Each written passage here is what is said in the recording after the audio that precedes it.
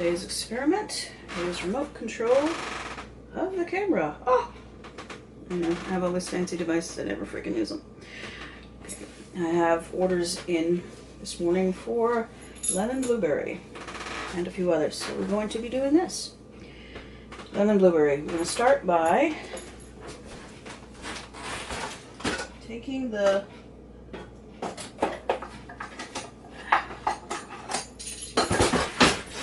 sorry, I thought I put everything out. Taking the rind, the zest off the lemon. You don't need all of it, but you're going to take all of it off because once half of it's off, it's impossible to get the other half off. And knife will help.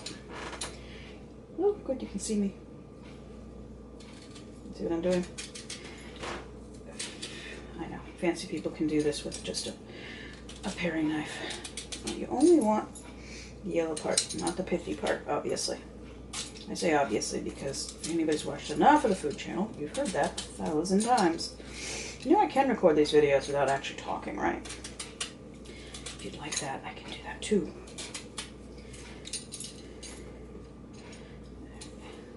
That's probably more than enough, but we're going to take it all.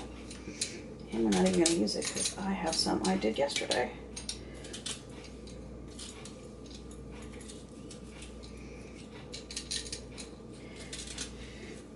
Good. Obviously, that seems to be my word today. Remove the stickers before. I hate it when you get fruit stickers. Okay, now there's our lovely zest with all the lovely oils in it. And we're going to be taking some lemon juice. Oh, wait a minute, I have this. I forgot. I bought that at Goodwill. I hope that's good. I used to have all these lovely baking and cooking devices.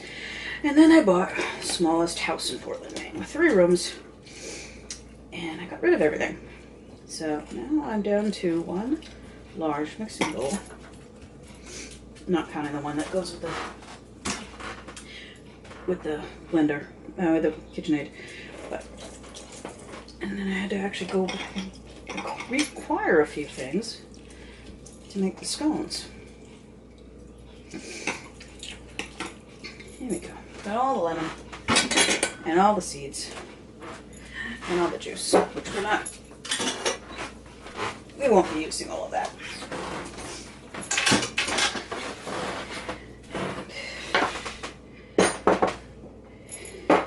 And here's some zest I did earlier. That is marjoram leaf. Let that get in there. Okay.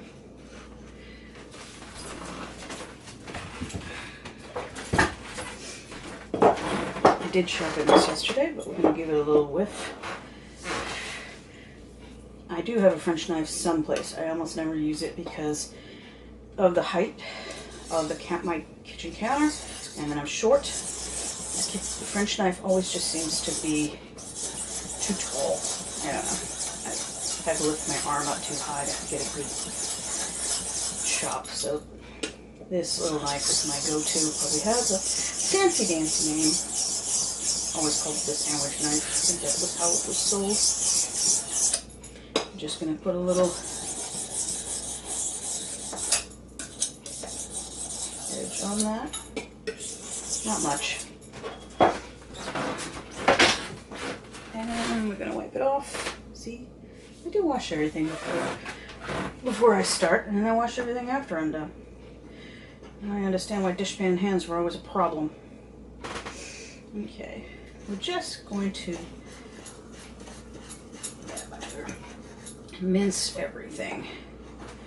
I'm trying to think to describe the ideal size.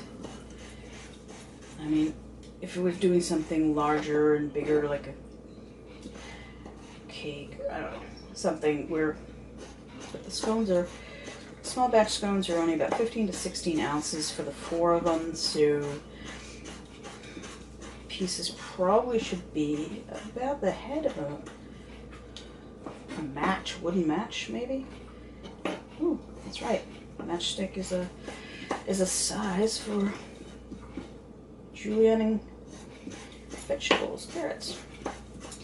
So we want them that way, but then we're going to go and turn them around and get them really, really tiny. So just the head of the match. I can do that for a while and be very happy doing that, but like I said, we already have some, so we're not using this right now. I will chop that up for later. And we bring in the bowl. Like I said, we're doing lemon blueberry for a friend of mine. And there's my famous 1/3 cup. One. Now I don't level it off or pack it down because then I'd have to sift it. So just by doing that, it's going to level off more or less of all I need. Unlike other baking, this really isn't a precise science. Oh, there's my quarter. Why do I have the 1/8? I don't know. And for good measure, we throw a little bit on the plate that we're going to be using. And normally I would put in 1/3 cup of sugar, but I'm going to be using some lemon curd, which is like marmalade for lemon. And so I don't need a whole 1/3, so I'm going to use 1/4 cup of sugar. And then before I start on the flavorings, I want to make sure I don't forget the leavening. We have 1.5 of the baking powder. I have to go buy some. And 1/2 on the salt. So that side of the table is done.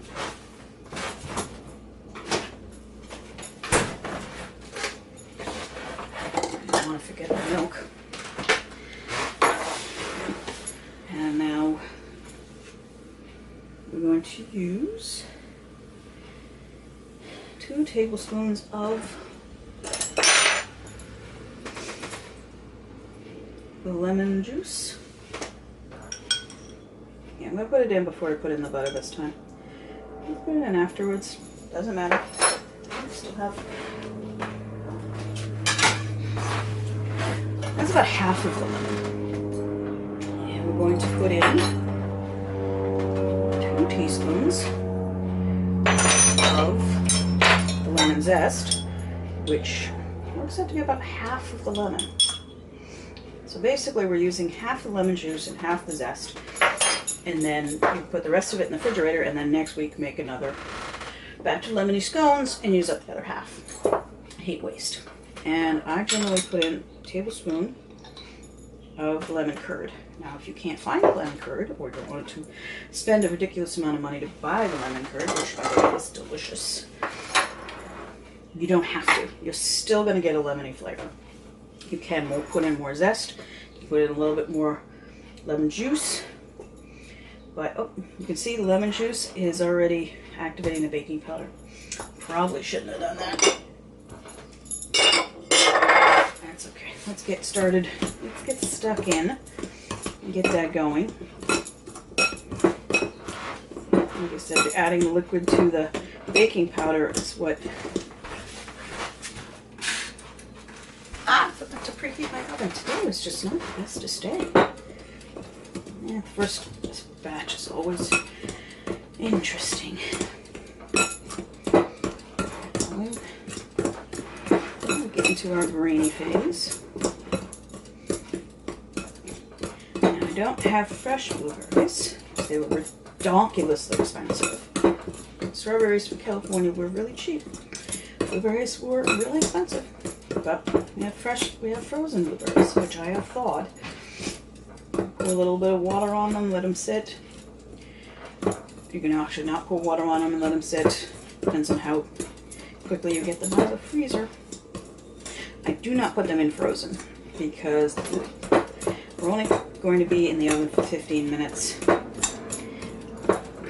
If they thaw in the oven, they will create little, especially the frozen ones, they might create little pockets of moisture, and I really don't want them like to fall out. Like, I want them to snuggle right there in the dough. Okay, the next thing we're going to put in is 1/3 cup of blueberries, which that probably is. Some is good, more is better. Yeah, I'll save them. I'm going to do some more. Alright, just stir those in gently because we don't want to mash them up too much. You could do a blueberry lemon one where the dough is rather purpley. But this is going to try to be a lemon with little dots of blueberry. So just stirring them up without mashing them too much so that they all get covered in flour. Oh, and there's our little butter nodules. Not sure if you can see that. Is it going to autofocus? That'll be fun. Yeah. It's kind of like rubble. And we have invisible milk.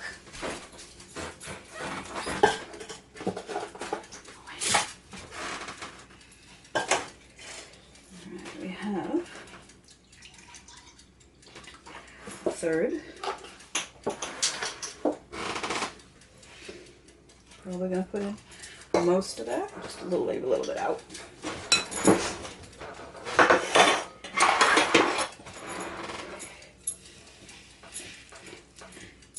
Sometimes I don't put the whole thing in because I just want to get to that certain texture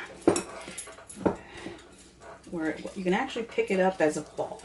I think that's probably it. As long as you can manipulate it as a ball and it doesn't go through your fingers, then your texture is perfect. There we go. It's all kind of adhered from the sides. We're going to put that in the plate. Go. All of it is there, nothing left in the bowl. Did good.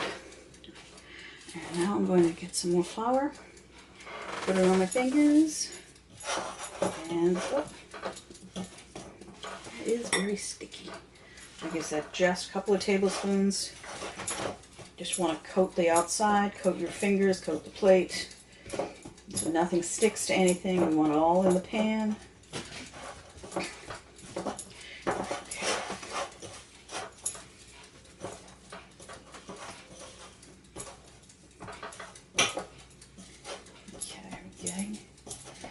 Point where all of the outside is kind of sticky, because it doesn't do any good to have it stick to the plate when we're trying to pick it up and move it into the pan. You can, if you want, throw the whole ball into the cake pan and flatten it out. No difference. Not at all. It's still going to come out good.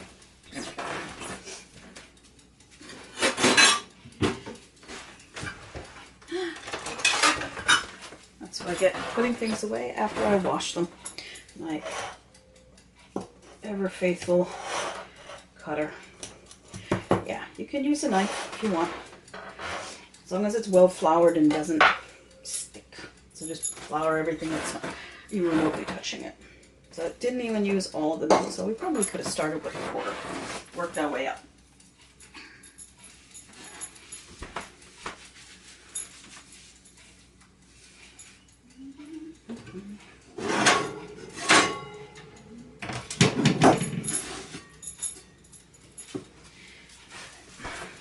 This one we are going to put in the cast iron pan, which it's hot. It's not overly hot. I haven't preheated as much as I normally do. Let's get that right off. If you have them very floured, you can actually lift them off. There we go. Shake that all about. And I like to put in a little sugar. Some people, if it's a plain or a savory, you can brush them with milk. Put a little sugar on top. And we're going to bake that for 15 minutes to start. See you later.